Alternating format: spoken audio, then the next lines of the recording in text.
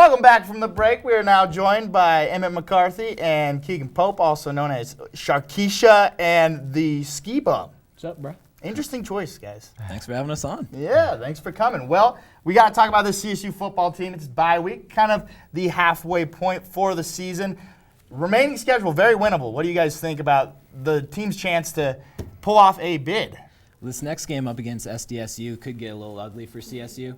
But after that, it seems like they're out of the woods. I mean, Wyoming could probably pencil that one in as a win. And after that, UNLV has been a bit tougher than teams expected. But then 2 games on the road, they probably can at least get enough wins to become bowl eligible there. What do you think, Keegan? I think I see this team winning out. I mean, they're 3-4 at this point, but I see them winning their next 5. They're coming off a bye. They're coming off a good win over their in-state rival, Air Force. San Diego State will be another tough challenge. But after that, I think there's really not anything stopping them from winning 7 or 8 games this year, which, I mean, looking at the start that they had earlier this year didn't seem possible, but it's a very good possibility that they win 7 or 8 games and get back to a bowl.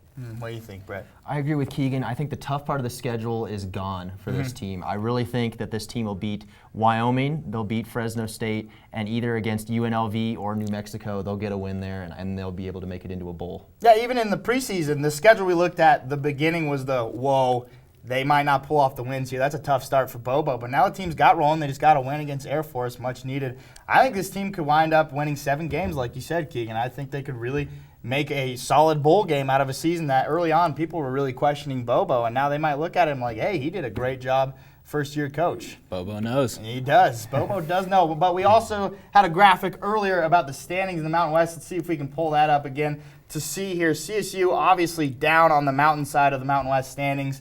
1 and 2. Do you think there's any way they can jump up and take first place in this part of the bracket? Well, they would need multiple losses from both Utah State and Boise State. Yeah. Just doesn't seem likely that's going to happen. Yeah, I agree with Emmett. I mean, it was kind of shocking to see Boise State lose in general, but to lose in the way that they did to Utah State was shocking. And then to see Utah State lose to San Diego State in the way that they did was pretty shocking as well. I don't really see that happening. I mean, Boise State and Utah State are really the 2 best teams, and they've already faced each other. So I think probably Boise State doesn't lose a game the rest of the year, especially after the way they were handled by Utah State. So I don't think CSU can make up too much ground on that side. I'm really shocked Boise State lost. I looked at that team and thought there's no way they're losing in the Mountain West. They do pick up the loss against Utah State, but I'm with you guys. I think Boise is definitely going to stay atop of this. What do you think, Brett? I really don't see it happening, Trav. Maybe CSU moves up a little bit in that list, but I just don't see it happening. Boise State and Utah State are just too talented of teams.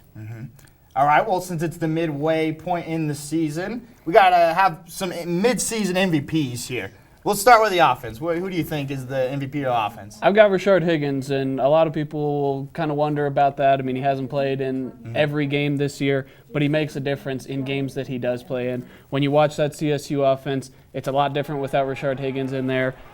Their running game opens up when he's in there. Their passing game opens up. And he's just a playmaker that teams really have to account for. You have to game plan specifically for Rashard Higgins, and I think that by far makes him the most valuable player that CSU has on its offense. What do you think, Emmett? It's tough not to go with Rashard, and Jason Oden is another guy who's been a catalyst for the offense, but I'm actually going to go with another receiver, Joe Julian Edelman Welker Hansley. My man. Spot on. When teams have been able to take Rashard away, Hansley's been the guy who's gotten open and has been their most sure-handed receiver. Yeah, can't argue that. What do you think, Brett?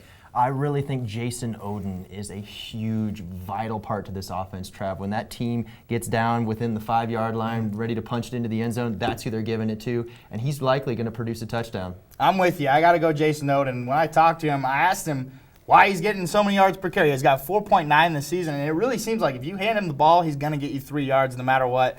It's just that drive. He's got that drive, and it's been impressive to watch him go from possibly 3rd string in the preseason to now he's that number 1 running back for this team. I love the way he has played. We got to do defensive MVP as well. Keegan, who's your defensive? I got to go with Kevin Davis. He's the heart and soul of this defense at middle linebacker. That was one of the big questions coming into this year is how do you replace your 2 inside linebackers with Max Morgan and Aaron Davis leaving?